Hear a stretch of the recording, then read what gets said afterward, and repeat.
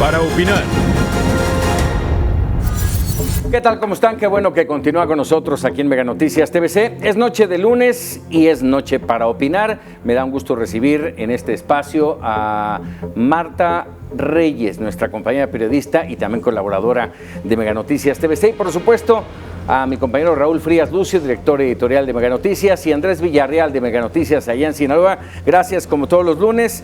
Y bueno, sin preámbulos, vámonos porque damos inicio con la columna Los Límites del Arrojo, que escribe Jesús Silva Herzog en el periódico Reforma. Alude al combate que el gobierno emprende contra el robo de combustibles. En su opinión, no será con prédicas ni en armonía que logremos dejar atrás el régimen del favor y de la extorsión. Hace falta, dice, decisión, pero también estrategia. Más allá de la grandilocuencia de sus propósitos, más allá del arrojo que pueda encontrarse en sus decisiones, el gobierno federal habrá de ser evaluado por su capacidad de transformar la realidad. No será evaluado por lo que quiere hacer, sino por lo que provocan sus decisiones. No creo que la amenaza más seria de su éxito esté afuera. La ineptitud es su verdadero enemigo.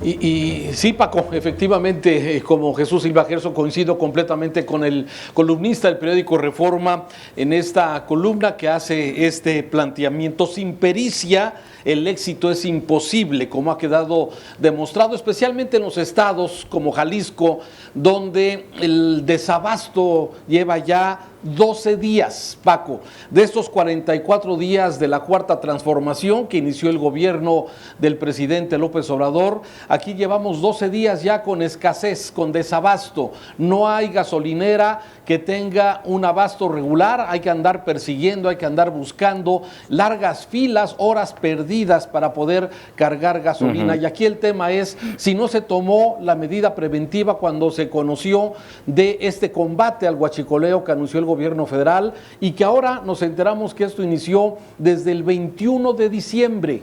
Pero fue precisamente los primeros días de diciembre cuando empezamos a sentir, especialmente en esta parte del centro de la República Mexicana, sí, bueno, que no había algún programa preventivo, no hubo un programa que pudiera prevenir y preparar, desde luego, lo que venía, que era faltó el cierre planeación de los ductos y, bueno, este desabasto, falta de planeación. Y dice Jesús Silva Herzog, Paco, en esta columna, que coincido con él en este sentido, que así como se calificó la administración de Peña Nieto como de las más corruptas, esta podría, y estamos al inicio de esta administración, ser precisamente una administración que pudiera caracterizarse por la ineptitud. Es lo que dice Jesús Silva Herzog en su columna de este día.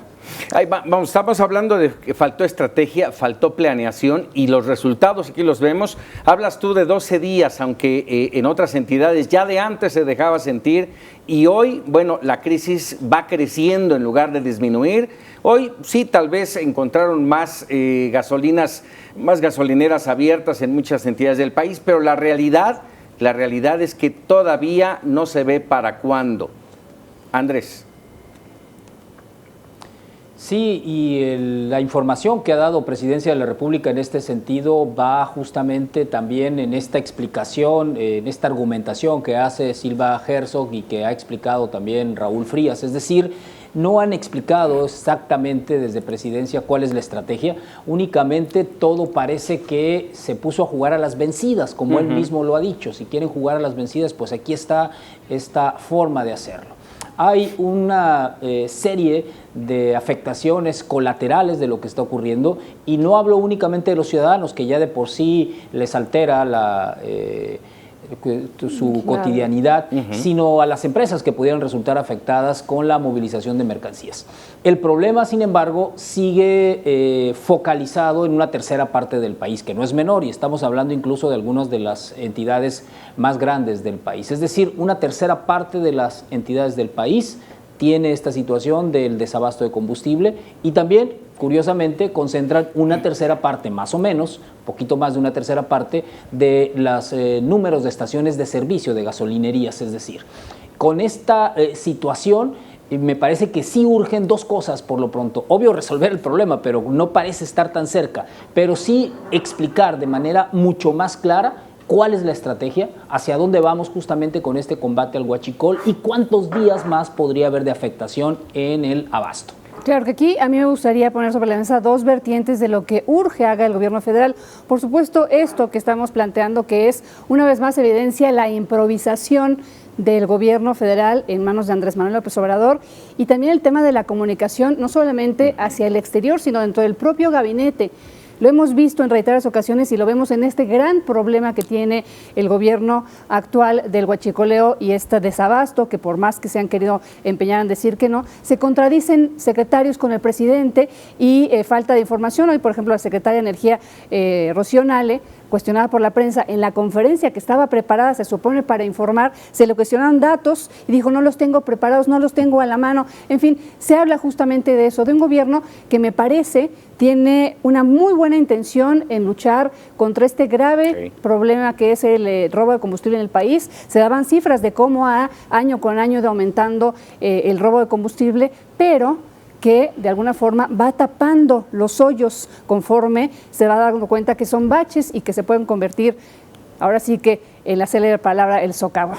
Así es, y además comunicación, información a destiempo, comunicación e información que ahora requieren los mexicanos para saber no solamente de lo que más nos importa, que es el abasto, sino también de cómo va, cuáles son los resultados que ha dado este operativo en contra del robo de combustible. Y no hablemos no solo del huachicoleo, sino al interior de la propia paraestatal, que es donde a voz en cuello todo el mundo sabe que es donde está realmente el gran problema, Raúl. Mira, sí, yo dividiría este tema hacia dos diferentes visiones, como bien lo dice Andrés y Marta, Paco. Uno de ellos es el combate al huachicoleo. Yo creo que en ese tema no se le puede reclamar nada al presidente, al contrario, se aplaude la acción del presidente López Obrador en la lucha contra el huachicoleo, en que por fin, después de muchos miles y miles de barriles que según se ha documentado, una pérdida de casi 65 mil millones, ha dicho ya el presidente en varias ocasiones, ¿sí? Se combate esto. Yo creo que en eso no se puede escatimar ningún reconocimiento al presidente y al gobierno en esta decisión. Estamos con él, estamos de acuerdo. Qué bueno que se combate. Aquí lo que siempre se ha discutido en estos 12 días de desabasto aquí en Guadalajara es la implementación, el cómo no se preparó los almacenamientos, las pipas, el cómo se iba la logística para seguir surtiendo. No puedes suspender el abasto de gasolina a una ciudad como el Valle de Toluca o como a la ciudad de Guadalajara, que tienen una actividad productiva de todos los días, y la misma Ciudad de México, estratégica, digamos, para tu vida cotidiana. Ya olvídate de que muchos quizás usamos el auto de más, sino eso es lo que se discute y es lo que hay muchos gobernadores también y muchos ciudadanos y los sectores productivos están alzando la voz en este sentido. Y fue hasta hoy, 12 días después del desabasto, que más o menos se da información sobre qué ha sucedido. Algunos detenidos que no se dicen porque se puede invalidar los procesos judiciales, cuántos barriles se suspendieron en los diferentes ductos que cubren la República Mexicana, en fin, mucha, como decía bien Marta Reyes, desinformación, falta de información y simplemente lo que dice el presidente, paciencia. Sí, paciencia. Ayer yo veía miles y miles de ciudadanos, cientos y cientos de autos haciendo cola, donde la gente efectivamente tiene la paciencia para dejar pasar su domingo, no estar con su familia, no ir a un paseo dominical, no ir a lo que le gusta para estar haciendo cola para cargar gasolina, Paco. Creo que hay paciencia de la gente, pero falta información. ¿Cuándo se va a resolver? Yo creo que esa sería la demanda principal. Que también es de aplaudir la paciencia que hemos tenido los mexicanos. Vamos, se ha realizado prácticamente en orden, con enorme paciencia, pero ¿hasta cuándo va a aguantar esa paciencia de los mexicanos? Y aquí me remonto un poco al gasolinazo en 2017, a principios justamente del 2017, que generó una suerte de reacciones que no habíamos vivido nunca. Y hoy las cosas van con calma. ¿Hasta cuándo, Marta?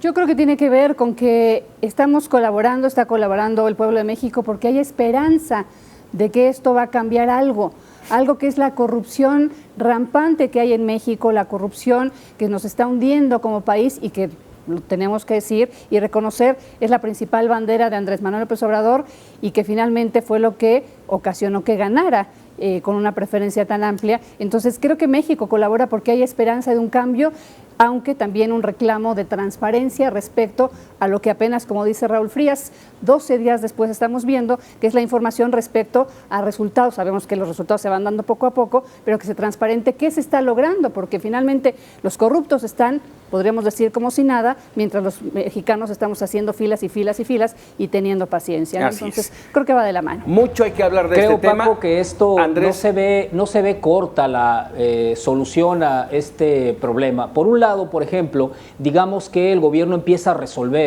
o Pemex empieza a resolver el tema del abasto, es decir, toda esta logística alrededor del traslado en pipas, etcétera, empieza a resolverse. Pero eso no, el foco ahorita parece puesto en este tema, en el abasto de gasolina. Hoy, por ejemplo, la Procuraduría Federal del Consumidor da a conocer que hizo un monitoreo en más de 2.800 estaciones de servicio. Monitoreo, no quiere decir que las haya visto todas. Un monitoreo en más de 2.800 estaciones de servicio en estos 10 estados y casi 2.000 no tenían gasolina. Es decir, más del 60% de las estaciones que monitorearon no tenían combustible. El problema es bastante grave. Ese monitoreo fue apenas el fin de semana, concluyó el domingo. Sí. Entonces, el problema es muy grande en cuanto al abasto. Resolver el abasto va a ser una parte de la solución, porque no quiere decir que ya haya concluido el robo del combustible. Una vez que se vuelvan a usar los ductos, porque es la mejor manera de trasladar el combustible, vamos a ver si realmente se está atacando, se está disminuyendo el robo de combustible. Es iluso pensar que se va a resolver de manera completa y que van a dejar de robar combustible. Estas organizaciones están muy bien armadas, tienen un negocio muy rentable y no lo van a dejar nomás porque sí, como bien lo establece Silva Herzog, no nada más porque les estoy diciendo un discurso en el cual ya dejen de robar, lo van a hacer. Eso no va a suceder. Entonces va a llevar semanas y meses seguramente ir resolviendo el tema. Primero, por supuesto, tiene que resolver uno que él mismo provocó al tratar de resolver. Es un daño colateral el desabasto, porque está atacando el robo de combustible y lo colateral es no haber llevado el combustible, que sí debió haberse vendido. Entonces hay dos, queriendo resolver uno, ahora tiene dos. Tiene dos, así es. Vamos a seguir hablando de este tema, pero antes una pausa y regresamos, porque estamos en Noche para Opinar. Continuamos aquí en Para Opinar, tocando este tema de la crisis de desabasto de gasolina en por lo menos 9 entidades de la República, aunque ya empieza a tocar otras entidades y vamos a una situación que va creciendo. ¿Qué es lo que nos interesa más? Acabar en este entorno de la crisis y supuestamente su origen. ¿Qué nos interesa más? ¿Acabar con el huachicoleo o con la corrupción y el robo de combustible al interior de Petróleos Mexicanos, Marta? Híjole, que tú lo pones como una opción de este o el otro y a mí me parece que van pues de la mano. Van de la mano. Van de la mano, no nos han dicho los nombres, pero hoy nuevamente Santiago Nieto del Sistema de Unidad de Inteligencia de la PGR, titular de Hacienda, etcétera, de estos funcionarios en la conferencia, hablaban justamente de esto, de los detenidos que hay, de las investigaciones que hay y mencionaban nuevamente este tema, exfuncionarios de Petróleos Mexicanos coludidos en este robo. Y era absurdo pensar que no los traerían. Todos sabemos de este sistema que existe en la Torre de Petróleos Mexicanos, este sistema SCADA en el que se monitorean perfectamente los ductos. Sabemos de la gran cantidad de gente que estaba encargada de la vigilancia y que finalmente pues parecía que tenía tapados los ojos. ¿Por qué? Porque tenía alguna colusión con el tema. Y justamente creo que entonces no escogemos. México, los mexicanos queremos luchar contra la corrupción y a mí me gustaría decir algo respecto a que me parece es una de las grandes apuestas en materia de seguridad, porque es un asunto de seguridad nacional el tema de los combustibles y de lucha contra la corrupción. Me parece que es la gran apuesta del gobierno de Andrés Manuel López Obrador y me gustaría de verdad, de corazón, que no terminara en como terminó la lucha contra el narcotráfico de Felipe Calderón, que se nos fue de las manos y terminó en lo que hoy estamos viviendo todos los mexicanos. Bueno, aparentemente los números que han presentado dan cuenta de lo que va produciendo esta reacción. Hablaba en esta mañana Octavio Romero Oropesa, el director de Pemex, hablaba que de 126 millones de barriles diarios a partir del 1 de enero, eso es parte de lo que se robaban a partir del 1 de enero, hoy, 14 de enero, la cifra va entre los 2.5 y los 3.4 millones de barriles diarios. ¿Cómo creer si esto es verdaderamente lo que nos están presentando, Raúl? Mira, es que aparte, bueno, era lo que habíamos comentado, falta de información. Hoy precisamente se da un poco de información, un poquito más de información al respecto, pero aún así creo que al empleado, al trabajador, al ama de casa, al comerciante que está haciendo 2 horas de fila para conseguir un poco de gasolina, para que te vendan 20 litros o 500 pesos, es lo que está ocurriendo en muchos lados, si esto de alguna forma no te alcanza a valorar si, bueno, esta lucha que hoy nos informa López Obrador y parte de su gabinete, para mi punto de vista tardíamente, pero qué bueno que lo hacen, para saber que esta lucha vale la pena, o sea que realmente el combate a la corrupción, al huachicoleo, el robo de huachicoleo, con los datos que dio la titular del SAT, por ejemplo, que hay 194 concesionarios de gasolina que están siendo investigados porque vendían más gasolina de la que tenían documentada que compraban a Pemex y bueno, se presume que puede haber algunas irregularidades que compraban gasolina robada. Y este tipo de datos que hoy se dieron de los tres funcionarios, 3 exfuncionarios, un expresidente municipal, un exdiputado y un exfuncionario, y los 3 vigilantes o los altos funcionarios del área de vigilancia de Pemex, que hay carpetas de investigación sobre ellos, 1700. sin que se sepa exactamente qué es, pero el presidente habla también del sabotaje, que eso ya tiene otras características. Habla de que el ducto de Tuxpan a Azcapotzalco ha estado siendo saboteado, obstruido por los huachicoleros. Me parece que el resultado que presentan se queda pequeño para la gravedad y las consecuencias que ha tenido con el desabasto en gran parte de estos 10 estados de la República Mexicana. O sea, aún que se está recuperando, dice, se ha reducido el número de barriles que se robaban y que ahora ya se ha reducido casi en un 20%. Bueno, aún así se me hace que el resultado de la gente es que hiciéramos nombres y ver a esos guachicoleros, a esa gente que de alguna forma estuvo lucrando con el combustible robado, bueno, ver que realmente se vaya a castigar. Hoy el presidente volvió a manifestarse, Paco, que él está a favor del punto final, porque los reporteros insistían en preguntarle, oye, si iban a investigar a Lozoya, a exdirectores de Pemex, a Romero funcionarios o a expresidentes. Él dice, no, o sea, punto final, él no quiere entrar en ese conflicto que no ayuda mucho, dice, mejor vamos a punto final y de aquí en adelante que se sancione. Creo que eso no nos deja completamente satisfechos para las consecuencias que estamos padeciendo, para que no se castigue a nadie. Así es.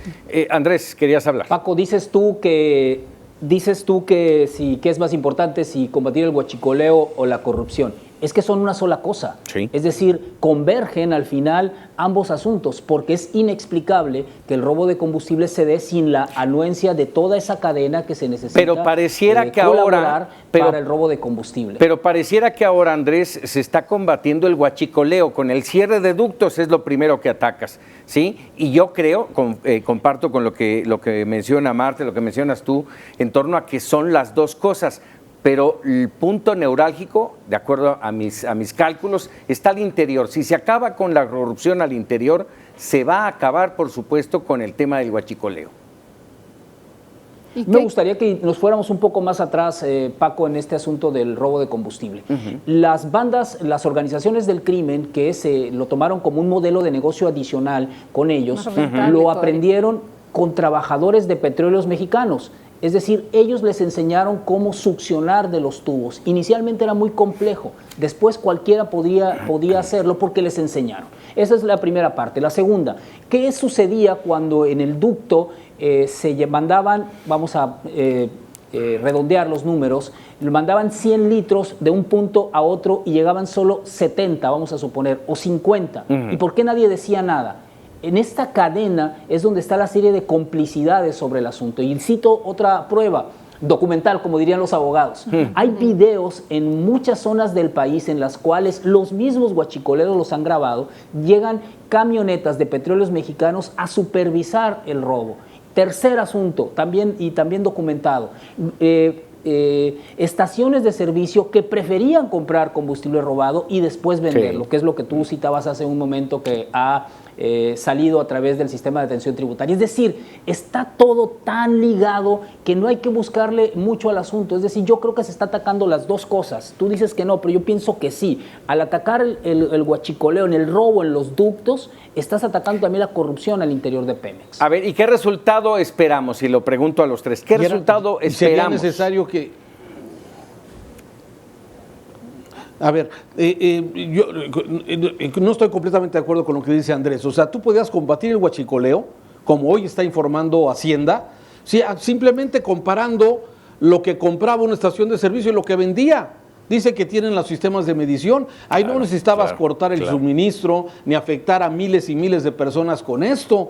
¿Sí? Si había un ducto que estuviera afectado y ahora que han desplegado más de 5,000 elementos del Ejército de la Marina, según informa el secretario, para vigilar, pues será casi un elemento por... Si tiene 500 kilómetros de Tuxpan a Azcapotzalco y tiene 5,000 elementos, estaríamos hablando de 100 o de 10 elementos por cada 100 metros. Así es que esto de alguna forma nos indica que el sistema de seguridad debería ser impresionante, por lo que sería innecesario castigar a la población, a un tercio de la población de este país con un desabasto, sin que signifique que dejes y que sigas combatiendo el huachicol y sigas combatiendo el robo y la corrupción hacia el interior de Pemex. Me parece que, vuelvo a lo mismo, el tema de Jesús Silva Herzog en su columna habla de ineptitud, habla de inexperiencia, habla de improvisación, habla de muchos estos elementos presentes a 44 días de que inició formalmente este gobierno de López Obrador. Me parece que hay varios elementos que se están combinando en esta improvisación con esta afectación a un tercio de la población del país. Sí, que aquí hay que decir una cosa.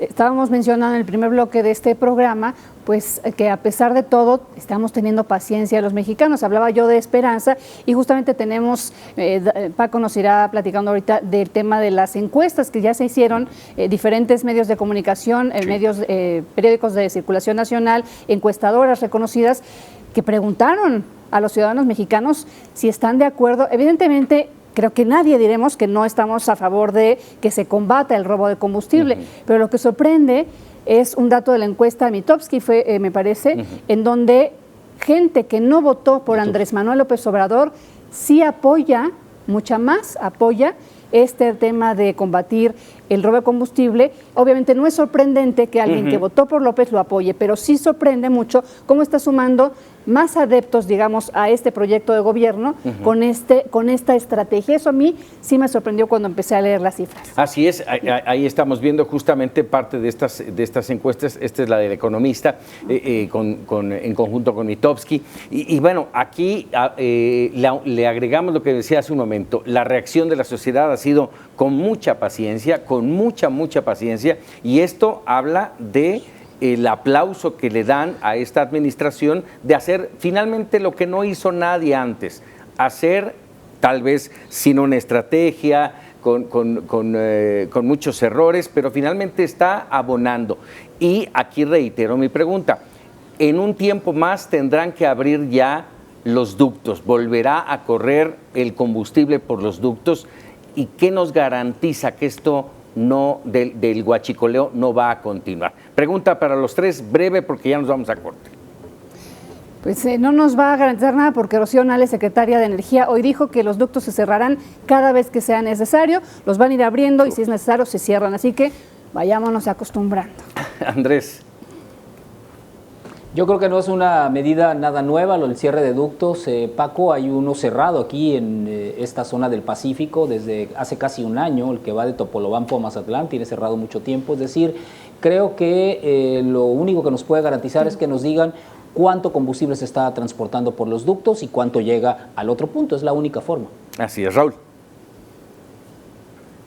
Y hay un tema también que yo sumaría para esto, es la falta de reservas. Estas terminales de almacenamiento, aquí en zona de Guadalajara tenemos dos, la del Salto y la de Zapopan, pero lo que es evidente es que no hay reservas suficientes. Hoy se preguntaba el presidente sobre las franquicias que se abrieron a nuestro país y por qué ellos no tienen centros de almacenamiento, porque esas franquicias que hay, vemos hoy muchas estaciones de servicio con otro nombre que no es Pemex, sí, y que en su capacidad podrían tener centros de almacenamiento, aparentemente no lo han usado. ¿Por qué no lo han usado? Eso también, yo creo que hay muchas preguntas al respecto, Paco. Ojalá pronto se pueda reanudar. Yo creo que esto quizás se vaya a estar repitiendo, porque si el esquema es suspender el combustible en los ductos cuando estos sean pinchados, pues esto de alguna forma quizás lo vamos a seguir viendo de aquí en adelante mucho más frecuentemente. Así es, vamos a hacer una pausa y si están de acuerdo vamos a regresar muy brevemente con un poco más de este tema,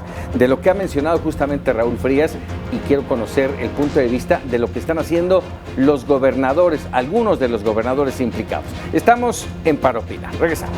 Esta noche hay una reunión de la Secretaría de Gobernación con algunos de los gobernadores de los estados afectados por el desabasto. Y hace un momento, antes de ir a corte, Raúl Frías hablaba justamente de el tema de los gobernadores. Yo les pregunto, a ver, aquí, ¿cuál es el papel que están jugando algunos gobernadores, como es el caso de Enrique Alfaro de Jalisco, de Diego Sinue allá en Guanajuato, en torno a este problema? Por un lado, Diego Sinue dice, me voy a Texas, debe de estar esta noche allá en Texas, y voy a tratar de apoyar la distribución, el que llegue abasto de gasolina. ¿Está dentro de sus atribuciones? ¿Es factible que pueda hacerlo, Raúl?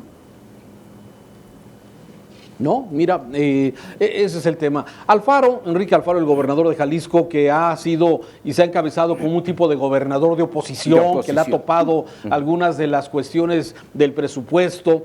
Él ha dicho, yo quiero apoyar al presidente, queremos apoyar, pero no nos informan. Esto, exacto, deja decirte, si el operativo inició el día 21 de diciembre, sí, en donde se cortaron los flujos de combustible en algunos ductos como el de Salamanca, Guadalajara, sí, y esto estamos hablando que hasta el momento el presidente no ha hablado con los gobernadores, o concretamente con el gobernador Alfaro, y Alfaro es lo que dice, que el gobierno dé la cara, que informe a la población, porque ellos que han estado haciendo, pues simplemente mandando policías a las patrullas, a las gasolinerías para ordenar un poco el orden, pero no hay información. El mismo Alfaro ayer comentaba que habló con el director de Pemex, el director de Pemex ofreció mandar suficientes pipas a la zona metropolitana de Guadalajara, han mandado la mitad de lo que ofrecieron y por eso el rezago se sigue aumentando en esta parte del país.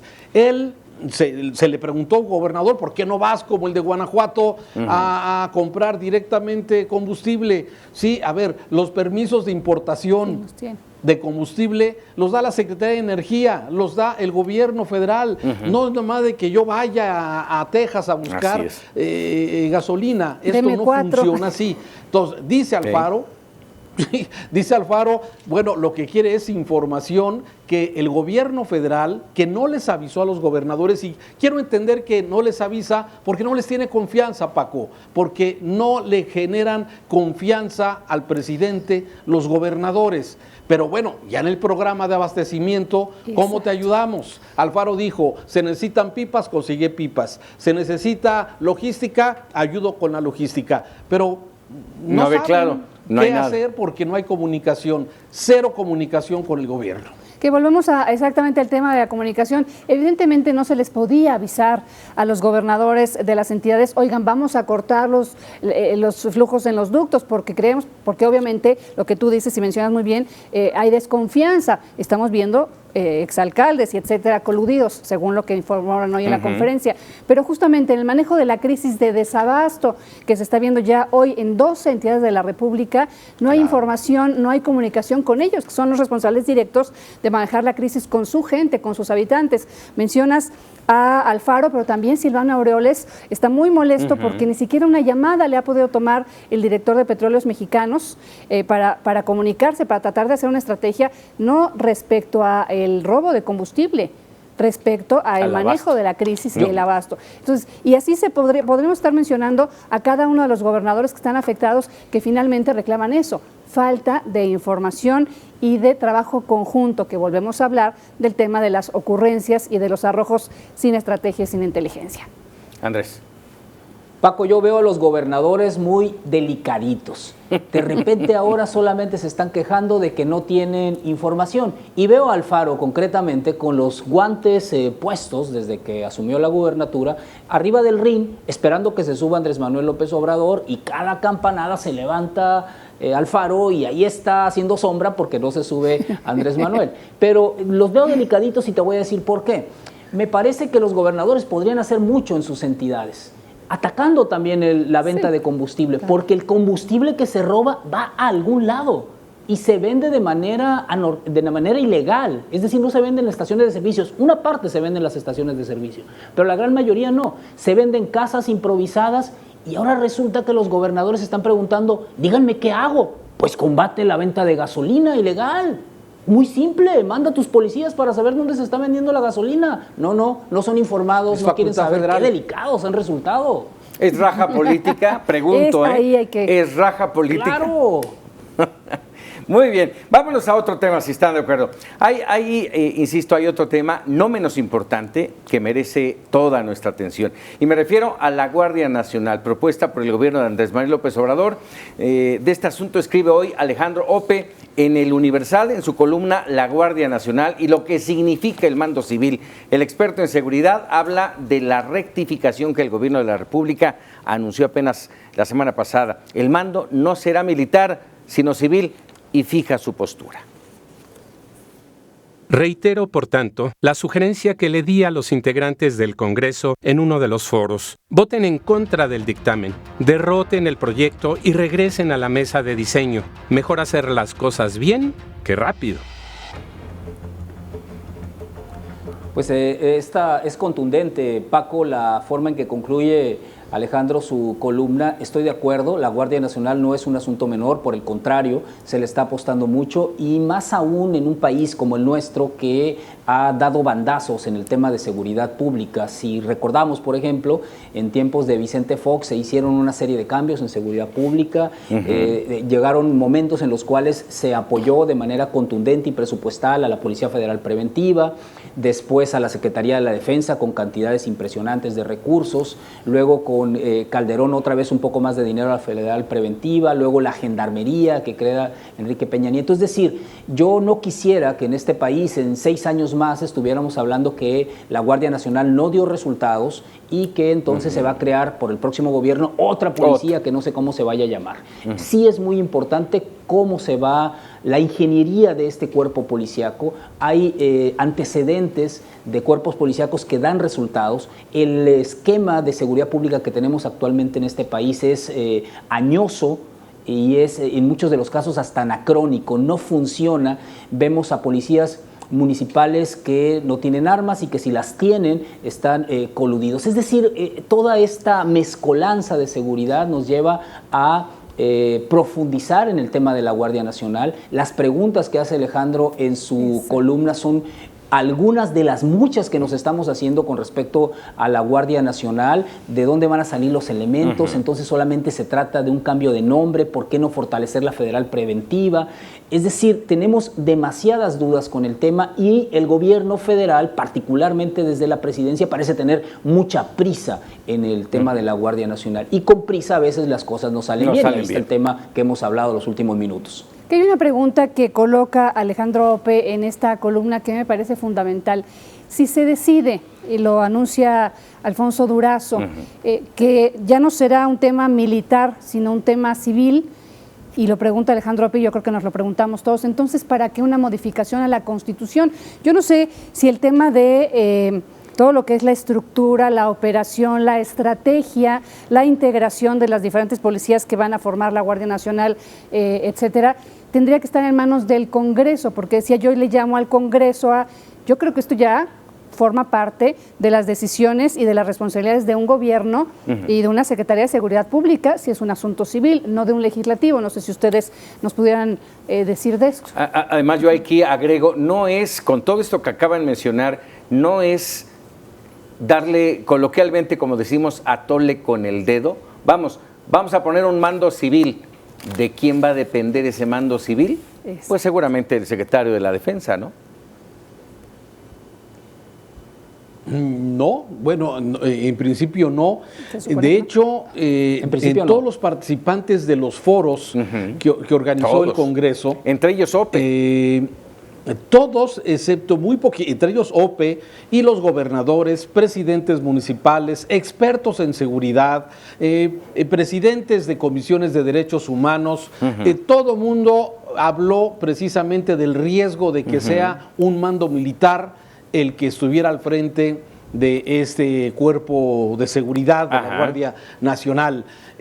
Partiendo del principio, Paco, de que los militares tienen como ideología, como filosofía, pues combatir al enemigo, mientras que una policía civil pues tiene otras características de mayor comunicación en sus procesos con la sociedad, que eso era básicamente lo que se ponía en riesgo. A mí lo que me llama la atención es este cambio, este viraje de 180 grados que da el gobierno en su propuesta para que sea un mando civil. Me parece que sería y va a ser quizás de las pocas cosas que a lo largo de los próximos años veremos al presidente que pueda flexionar, que pueda cambiar una postura cuando parecía ya una decisión en la cual se iba a trabajar. Me parece que es valioso. No lo ha dicho, hoy lo dijo con claridad, pero fue a través de Alfonso Durazo como señaló que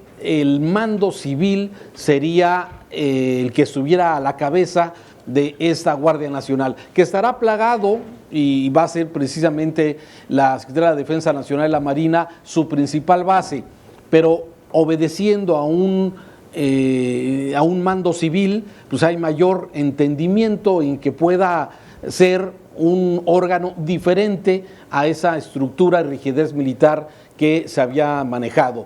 Ellos habían señalado que finalmente las Fuerzas Armadas están a la orden del presidente, que no es un militar, ¿sí? Y que de alguna forma ya hay un mando civil. Sin embargo, bueno, ya estamos hablando de la cuestión operativa. Me parece que es importante reconocer que hay un viraje importante en este sentido y hacia allá tendrá que ver. Ahora habrá que hacer todo lo que Ope hoy en su columna está marcando de modificar o no la Constitución y todo lo que significa cambiar ese viraje de un organismo militar a un organismo civil. Vamos, entonces con este viraje se abre la puerta para que la Guardia Nacional pudiera estar, no sé, a lo mejor en 2 meses. Andrés. Yo creo, Paco, que ya están trabajando la Guardia Nacional y te lo voy a decir por qué. Tú vas a escuchar a algunos mandos de seguridad pública en el país que han hecho cambios en la estrategia de seguridad y han creado con distintos nombres bases de operación mixta, le llaman en algunos lugares, incluso en algunos sitios se han equivocado y han hablado de la Guardia Nacional, sin que exista todavía.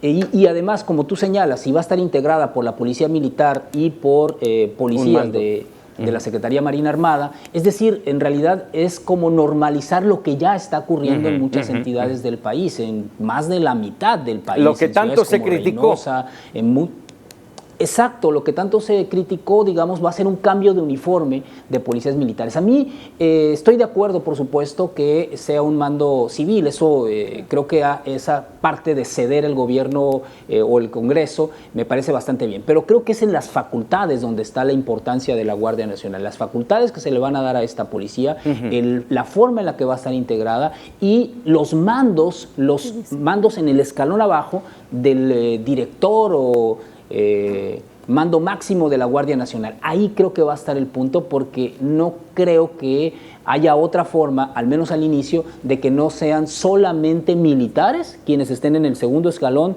de los mandos en la Guardia Nacional. Tenemos 30 segundos. ¿Es la estrategia correcta? Inicio con Marta. El tema de la Guardia Nacional es la estrategia correcta. Yo creo que es una respuesta a la sociedad, a organizaciones de la sociedad civil, el tema de hacer un mando civil, pero volvemos al tema de la comunicación y de la inteligencia. Clarificar, transparentar cómo se va a operar, bajo qué presupuestos, bajo qué disciplina van a trabajar estos policías que la integran. En fin, yo creo que tendremos que ir dándole tiempo, esperemos que no sea mucho, para que se vayan aclarando todas estas preguntas que planteamos todos y que planteó Ope en su columna, para tratar de entender un poco. Me parece que lo correcto es hacer un mando civil, como se anunció hace unos días, y en eso, pues, en la palomita. Andrés. Solo con la Guardia Nacional no. Creo que no forma parte única de una estrategia de seguridad para este país tan complejo, tan diverso, tan problematizado en estos momentos en los temas de seguridad. Acabamos de concluir un año donde el número de muertos ha superado cualquiera otro en la historia. Solo la Guardia Nacional no va a resolver el problema. Tenemos un gravísimo tema en las policías locales, tanto municipales como estatales, y las ministeriales o de investigación, como se quieren llamar en cada uno de los lugares. En esos tres cuerpos policíacos está otra de las claves, Paco. A Raúl. De acuerdo completamente con lo que dice Andrés. Sí, no solamente, la Guardia Nacional ya está operando, Paco. O sea, los militares han estado trabajando ya en el tema del combate a los criminales. El tema también son las policías municipales, las policías estatales, me parece que es un punto fundamental, y la coordinación que debe existir y la confianza entre el gobierno federal a las instituciones estatales y municipales, y desde luego que trabajen coordinadamente para evitar lo que ha sido esto, un derramamiento de sangre espantoso en los últimos años. La mejor opinión queda en usted. Agradezco a mis compañeros su participación. Marta Reyes, muchas gracias. Andrés Villarreal, Raúl Frías, pero sobre todo usted que nos haya acompañado en esta mesa para opinar. Lo dejo con los memorables y le recuerdo, mañana para opinar con Raúl Frías.